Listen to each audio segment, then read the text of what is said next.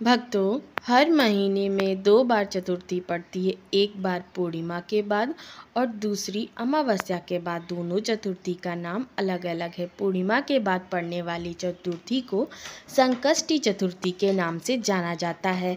अमावस्या के बाद पड़ने वाली चतुर्थी को विनायक चतुर्थी के नाम से जाना जाता है। पूर्णिमा के बाद आने वाली चतुर्थी का विशेष महत्व है। इसे भारत के अधिकांश भाग में गणेश चतुर्थी के नाम से जाना जाता है। साल 2023 में सितंबर माह में विनायक चतुर्थी 19 सितंबर 2023 को है। इस दिन समस्त दुखों का निवारण करने वाले संकट मोचन विघ्नहर्ता भगवान गणेश की पूजा का विशेष महत्व है। तो आइए जानते हैं विनायक चतुर्थी पूजा का समय, पूजा विधि, व्रत कथा, महत्व एवं वर्जित चंद्रोदय का समय।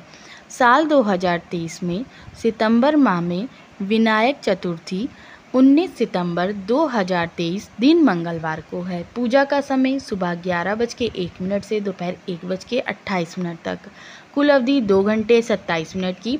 भाद्रपद शुक्ल चतुर्थी तिथि का प्रारंभ 18 सितंबर को 12:39 से और इसकी समाप्ति 19 सितंबर को दोपहर 1:43 तक। वर्जित चंद्रोदय का समय सुबह 9:45 से रात्रि 8:44 तक। विनायक चतुर्थी व्रत का महत्व।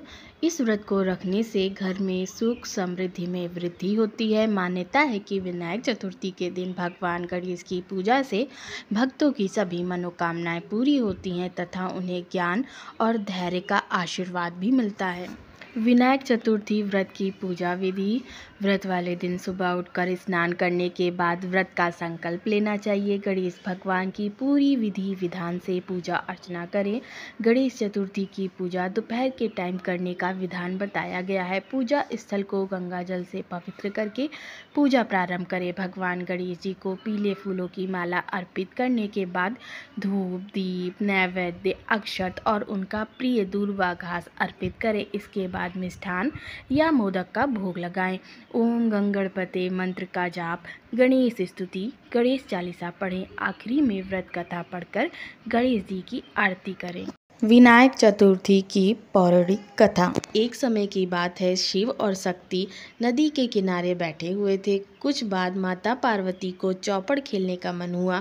उन्होंने शिव जी से कहा तो वो भी तैयार हो गए, लेकिन समस्या यह थी कि वहाँ कोई तीसरा व्यक्ति नहीं था जो हार जीत का निर्णय कर सके। माता पार्वती ने अपनी शक्ति से एक बालक की मूर्ति बनाई और उसमें प्राण प्रतिष्ठा कर दी। फिर उन्होंने कहा कि तुम इस चौपड़ खेल के निर्णायक हो, तुमको हार और जीत का फैसला करना है। यह होने के बाद माता पार्वती और शिव जी ने खेल प्रारंभ किया।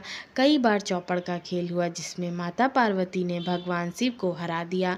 माता पार्वती ने उस बालक से खेल का निर्णय जानना चाहा तो उसने भगवान शिव को विजयी बता दिया। इससे माता पार्वती नाराज हो गई। उन्होंने गुस्से में बालक को श्राप दे दिया जिससे लड़का लंगड़ा हो गया। लड़के ने क्षमा याचना की तो माता पार्वती ने कहा कि यह श्राप वापस नहीं हो सकता। इससे मुक्ति का एक उपाय यह है, भगवान गणेश की पूजा के लिए नाग कन्याएं आएंगी, तब उनके कहे अनुसार व्रत करना होगा, जिसके बाद तुम्हें श्राप से मुक्ति मिल जाएगी। वह बालक कई वर्षों तक श्राप से जूझता रहा। एक दिन भगवान गणेश की पूजा करने के लिए नाग कन्याएं आईं, जिनसे बालक ने गणेश व्रत की विधि पूछी और सच्चे मन से भगवान गणेश की पूजा करने लगा। कहते हैं कि बालक की भक्ति को देखकर भगवान गणेश ने उसे दर्शन दिया और उससे वरदान मांगने के लिए कहा। भगवान गणेश के आशीर्वाद से वह बालक श्राप मुक्त हो गया, जिसके बाद वह बालक माता पार्वती और शिव से मिलने के लिए कैलाश पर्वत पर पहुंचा। जय श्री गणेश चतुर्थी की इस कथा के अतिरिक्त अन्य 4 पौराणिक कथाएं भी हैं जिनको मैंने पूर्व में वीडियो बनाई हुई है, जिसका लिंक मैं नीचे डिस्क्रिप्शन बॉक्स में दे दूंगी। आप वहां पर जाकर वीडियो को देख सकते हैं। जय श्री कृष्ण।